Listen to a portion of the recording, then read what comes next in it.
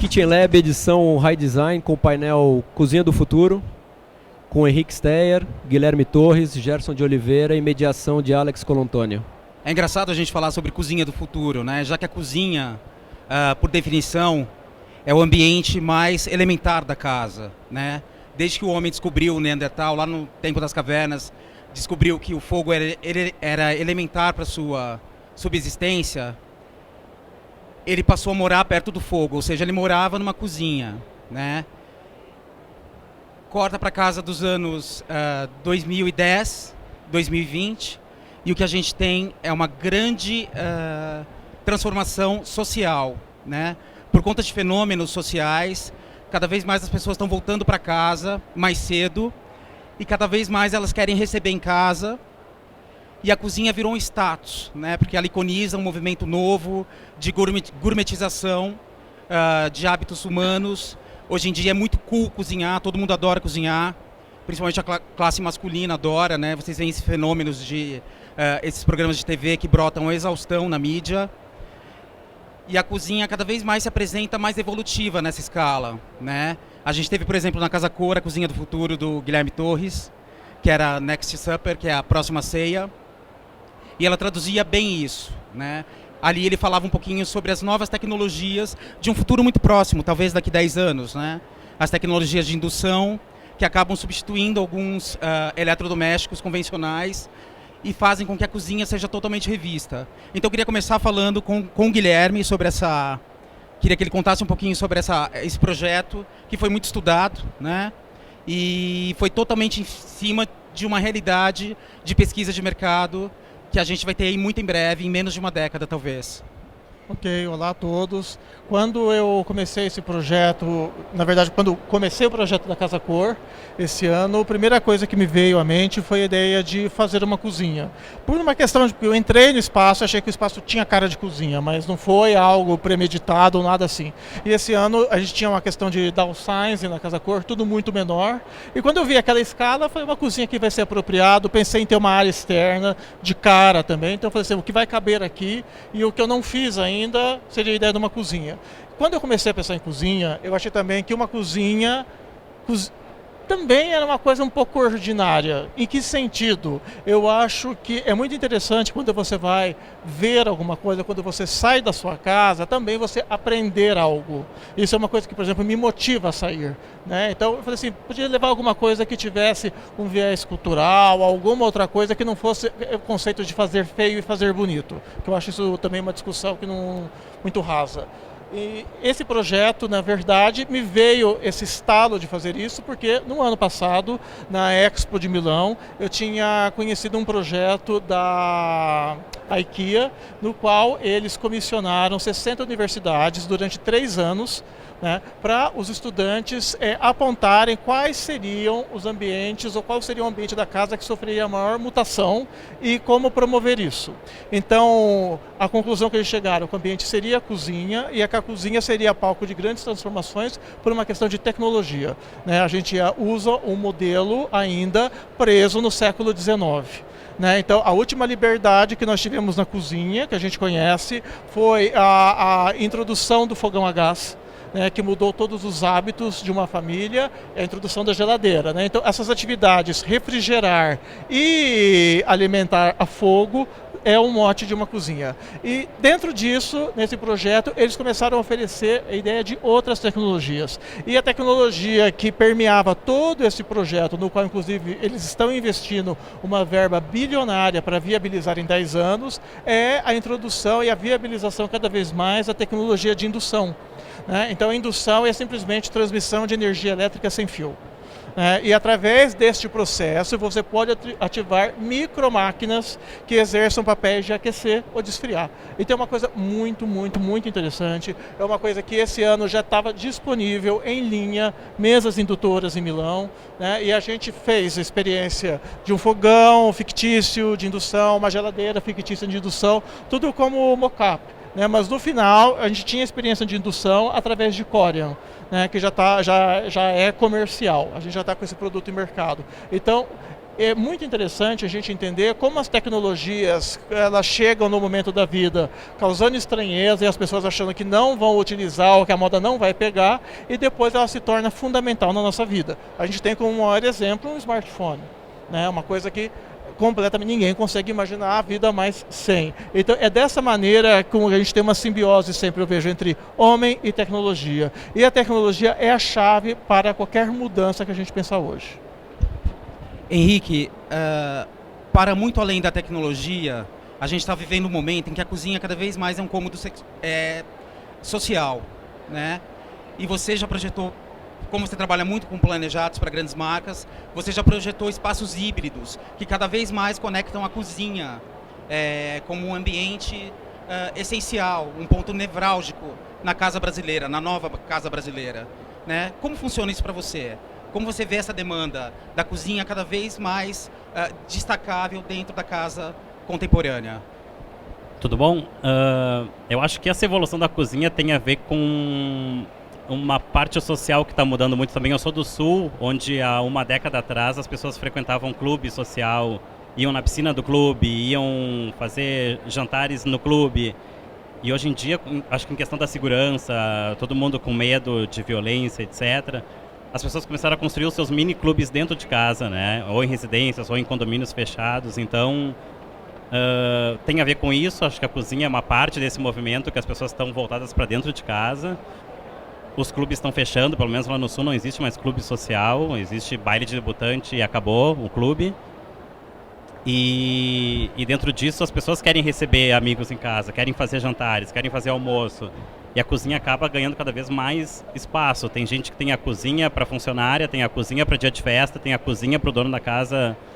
Eu já projetei casas que tem 3, 4 cozinhas, né? Então é um negócio que vai ganhando uma proporção que a gente... A chamada cozinha ostentação, né? Tem uma que é para visita, tem outra que é para o dia a dia, né? E, claro, vai do bolso de cada um e da vontade de cada um também. A gente tem muito ainda a herança de uma era escravagista, que é uma coisa muito feia da nossa história também, né? Onde tinha a senzala, tinha o lugar de fazer a comida, o lugar de serviço.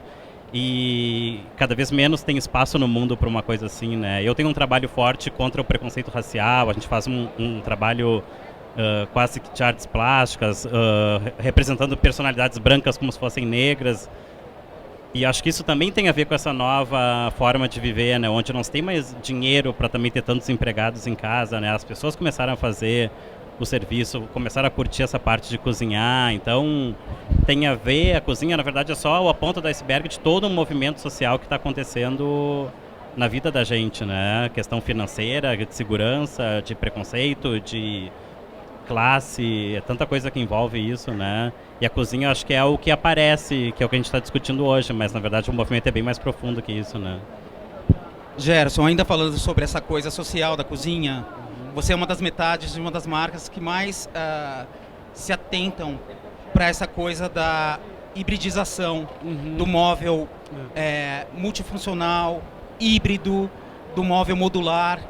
Como funciona o design brasileiro, pela sua ótica, nessa transposição para o universo de um espaço cada vez mais integrado, também se relacionando com a cozinha? Como é que é isso para você? Olha, o que eu vejo em geral é que essa entrada nesse espaço híbrido, como você está chamando, e que a área social entra na cozinha e vice-versa, e as coisas se confundem, não tem tanta fronteira, eu vejo que está sendo uma coisa muito rápida, a assimilação disso, assim, pelos moradores, pelos usuários, pelos designers, pela indústria em geral. Acho que é uma coisa que a vontade disso já existia latente, porque a adesão está sendo muito rápida. Mas eu queria só comentar que eu achei muito interessante que você começou a sua introdução falando desse resgate do passado. E quando o Christian, enfim, propôs aqui participar dessa mesa em torno do tema de cozinha no futuro, eu fiquei pensando um pouco sobre esse assunto.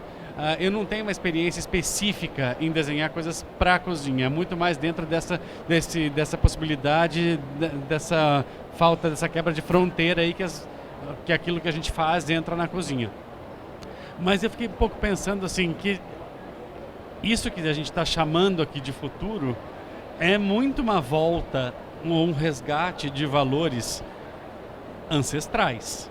E esses valores eles foram mais ou menos hegemônicos até 200 anos atrás. Foi nos últimos 200 anos que você teve essa separação mais estanque, tanto dos ambientes, quanto especificamente do preparo dos alimentos.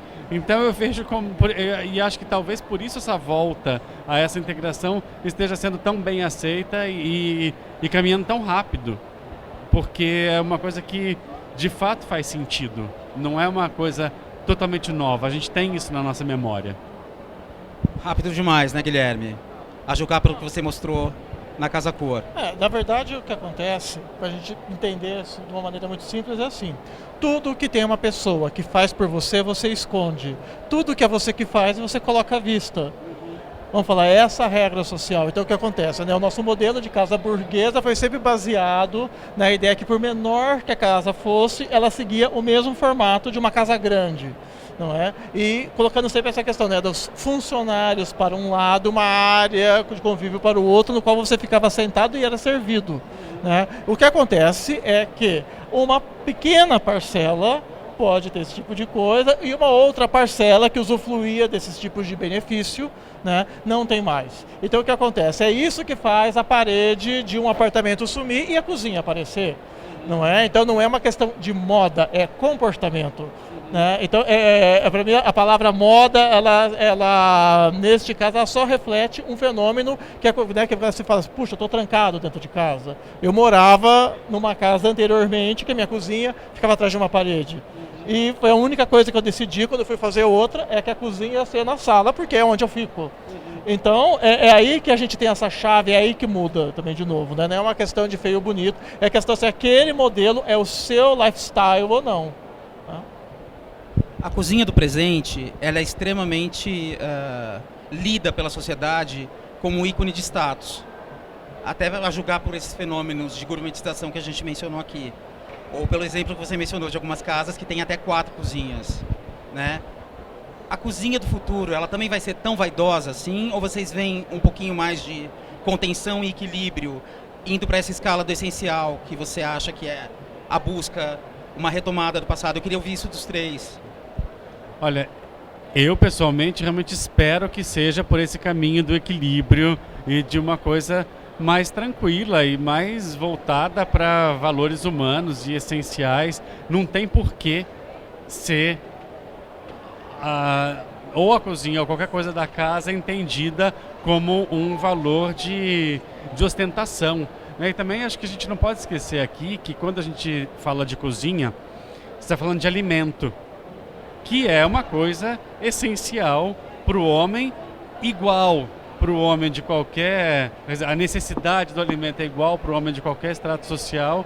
Então, não dá para também esquecer que existe esse assunto. É o homem se alimentando. E acho que talvez não a cozinha, não o cômodo cozinha do futuro, mas pensar numa organização da vida no futuro, tem que dar conta desse assunto tão importante que é a alimentação, que todo mundo precisa na mesma escala, e que você pensa, é um absurdo, né? Em 2016 a gente ainda ter esse problema de fome no mundo como existe. Então acho que eu espero que seja uma coisa realmente pelo lado consciente, não pelo lado da ostentação. Eu acho uma tremenda de uma bobagem e perda de energia, para ser bem sincero. Porque eu vejo a maioria das coisas até que me pedem, o que o cliente coloca em casa, ou de equipamentos e de acessórios, eu acho tudo uma grande porcaria. E eu vou falar por quê.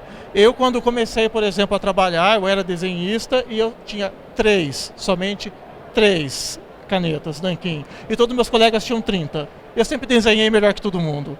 Então eu acho que é mais ou menos por aí que funciona. Eu acho que você se cerca muito de acessório quando você não sabe fazer uma coisa. Entendeu? Eu realmente acredito nisso. Então, para mim, desde que a geladeira gele, já que a gente não está na indução ainda, né? Desde que a geladeira gele, eu tiver uma boa boca de fogo, eu uso uma faca somente, 3 colheres, 2 panelas, eu me viro. Entendeu? É o meu jeito de fazer, e eu acredito que vai existir sempre uma corrente e uma contracorrente. Então tem pessoas sempre voltadas mais para o essencial, que, por exemplo, eu realmente acredito que a gente precisa de um pouco de vazio para conseguir pensar. Então, meu modo de ver as coisas é um pouco para o essencial, entendeu? E outras pessoas simplesmente estão deslumbradas com o universo de possibilidades. E para essas pessoas nada vai bastar, porque você coloca em coisas expectativas que você tem como pessoais para sua vida. É isso. Eu não sei se vocês lembram, há pouco tempo atrás, sei lá, década de 80, 90, era feio ter a televisão na sala, era uma coisa brega a televisão na sala.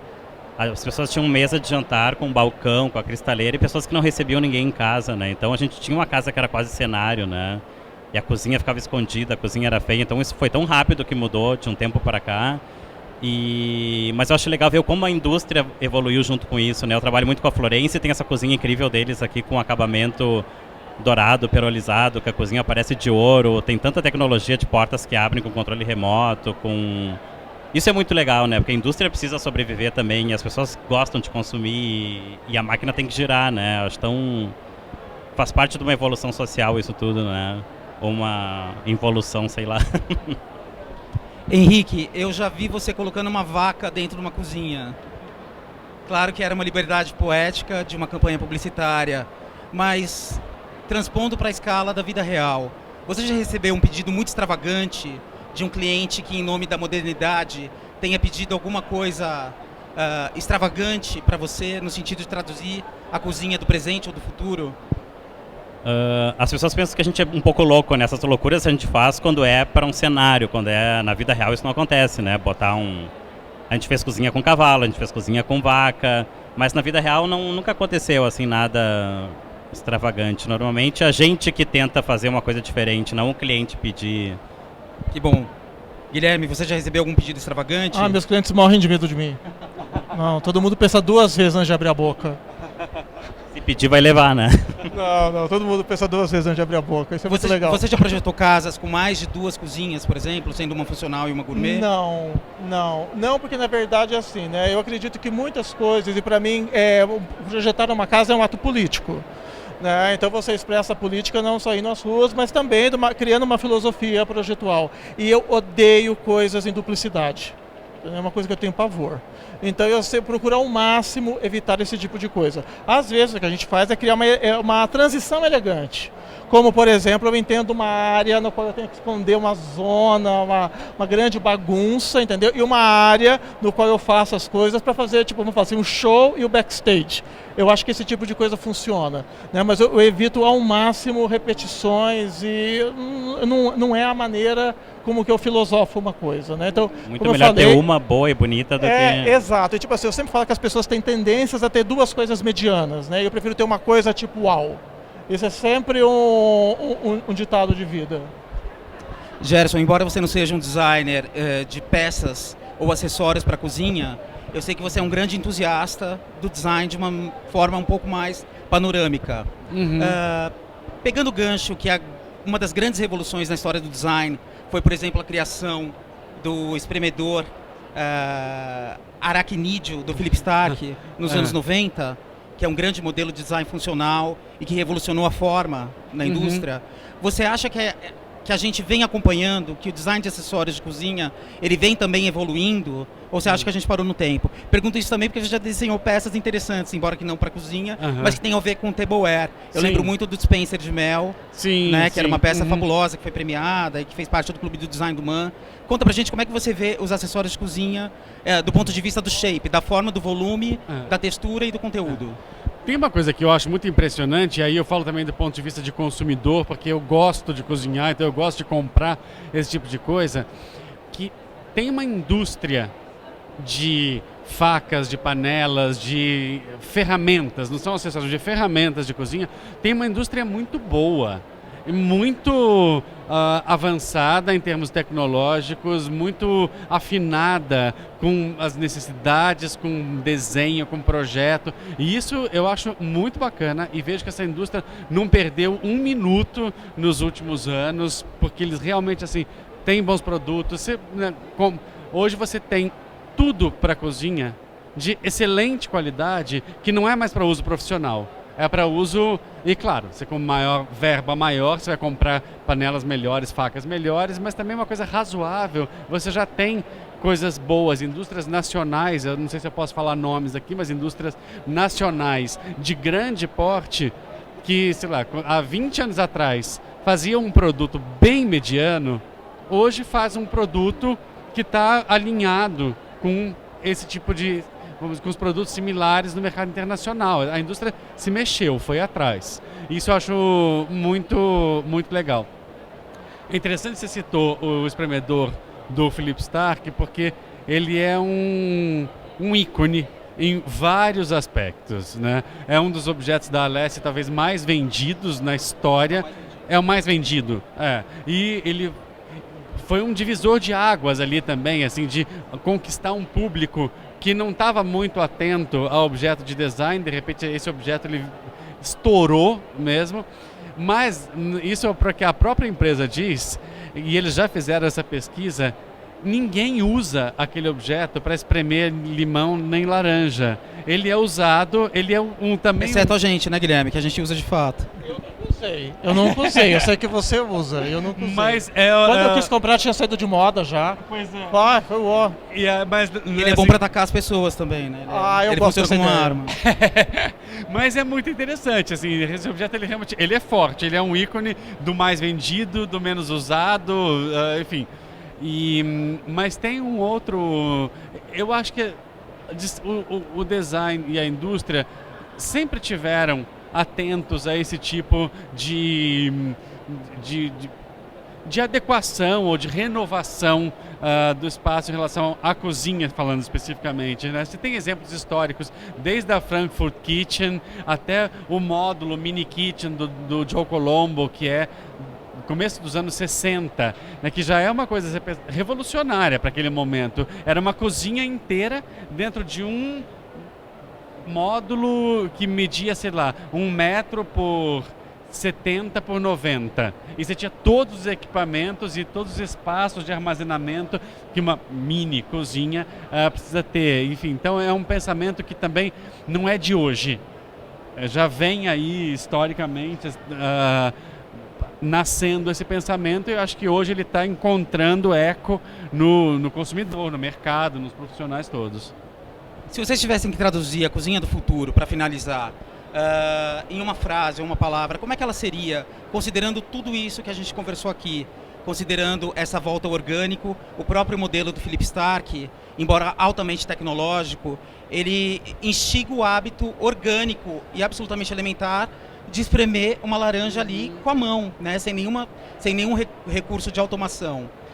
Então, falando sobre a volta do orgânico, sobre a contenção e o equilíbrio, sobre as novas matérias-primas, porque a gente também tem cada vez mais tecnologias de matérias-primas antissépticas, que são mais adequadas para o uso da manipulação de alimentos, por exemplo. Como é que vocês veem a cozinha do futuro? Como é que é essa cozinha na cabeça de vocês? Esteticamente falando e do ponto de vista dessas demandas que ela tem que atender. Até de comida saudável também, que é um tema cada vez que não me interessa muito particularmente, mas que é um tema cada vez mais em voga e que determina os hábitos de consumo de decor, de arquitetura, de design. Eu acho que a cozinha vai nos ensinar a cozinhar. Esse é o próximo passo. O que vai acontecer é que cada vez nós vamos ter recursos dentro da nossa casa, como se fosse a ideia de um mapping ou de projeções que vão assumindo papéis. Então, por exemplo, você não precisa de ter um interruptor na parede, um gesto seu, né, ou em determinado lugar vai acender ou apagar luzes, e isso vai entrar em várias áreas. Então, por exemplo, a cozinha, uma superfície, que é uma mesa, vai assumir a hora de cozinhar. Quando você fizer, colocar os ingredientes sobre, vão aparecer ideias de receitas, sugestões para a sua saúde.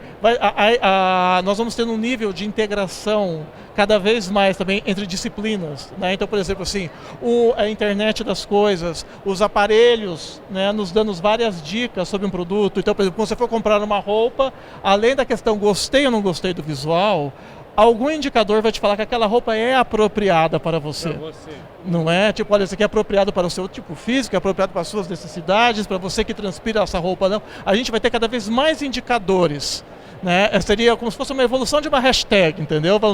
Elas vão estar dentro dos produtos, os produtos vão conseguir se comunicar com a gente. Então eu acredito que cada vez mais, ou talvez nós podemos ter uma geração que comece a fazer coisas que de repente até a nossa pulou em algumas etapas.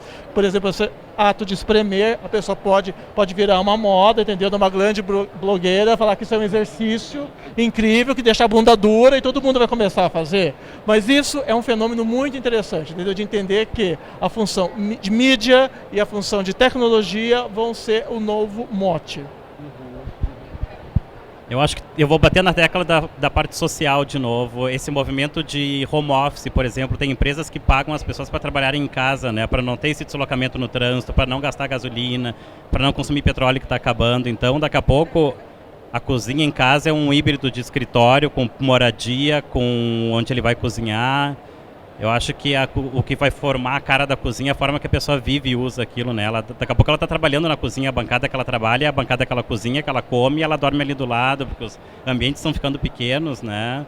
As novas gerações hoje não sonham em ter carro. Eu, quando fiz 18 anos, a primeira coisa que eu fiz foi ganhar um carro, porque era o sonho.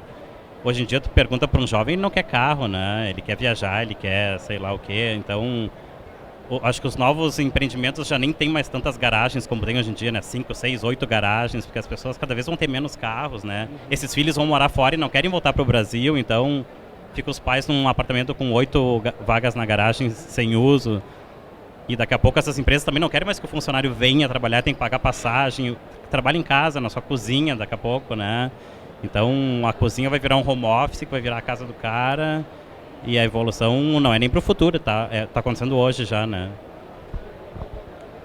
Quando eu penso no que seria essa cozinha do futuro, assim, bem sinteticamente, eu penso que ela tem que ser linda, funcional, racional e eu também penso que é inteligente se ela de alguma maneira promover ou pelo menos possibilitar esse resgate de alguma coisa anterior. Então, por exemplo, uma cozinha que de repente preveja que você tenha uma horta de ervas dentro da cozinha, ou que conserve bem, que tenha bons equipamentos, que conserve bem os alimentos para evitar o desperdício e, enfim, promover um uso inteligente dos alimentos. Eu penso nessas coisas.